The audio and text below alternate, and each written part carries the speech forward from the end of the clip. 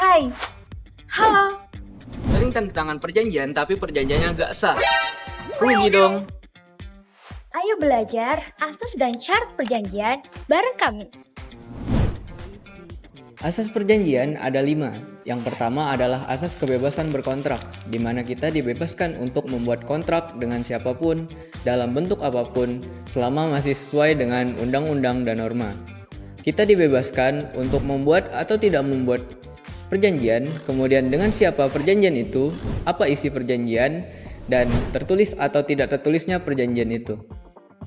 Kemudian ada asas konsensualisme, di mana dikatakan kalau perjanjian itu terbentuk ketika adanya perjumpaan antara kedua belah pihak. Maksudnya, kedua belah pihak itu sepakat dengan perjanjian yang telah ditetapkan.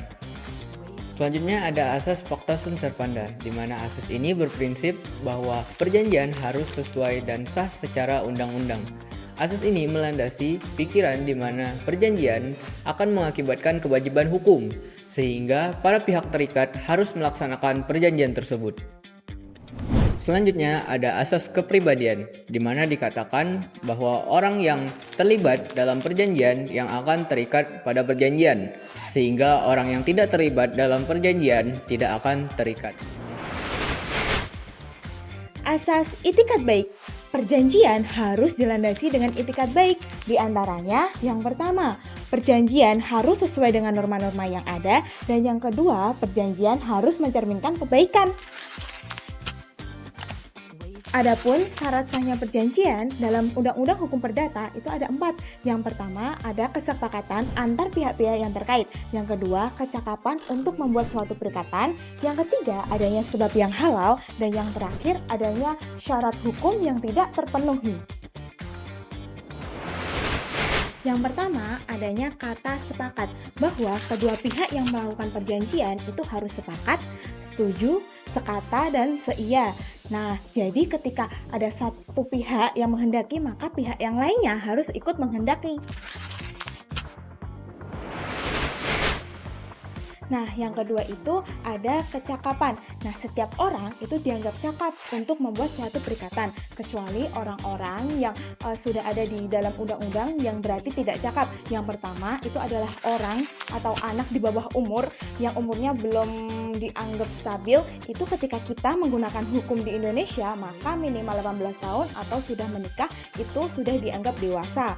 Nah, yang kedua itu adalah orang yang masih dalam pengampuan. Ini bisa seperti orang yang dengan sakit jiwa ataupun orang buta. Syarat yang ketiga adalah hal tertentu. Terpenuhi atau tidaknya syarat hal tertentu ini ditentukan oleh objek perjanjian.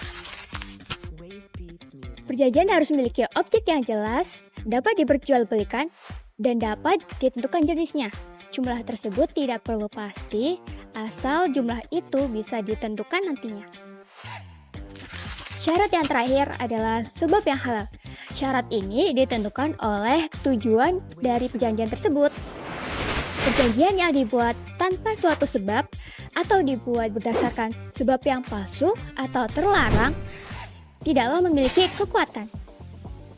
Sebab yang terlarang dikatakan terlarang jika melanggar undang-undang, kesusilaan, dan ketertiban umum. Nah, itu tadi 2 syarat objektif. Nah, syarat objektif tadi jika tidak terpenuhi, maka hukumnya batal demi hukum. Sedangkan syarat subjektif jika tidak terpenuhi, maka hukumnya bisa dimintai pembatalan. Itu dia asas dan syarat sah perjanjian. Terima kasih sudah menonton dan jangan lupa like video kami.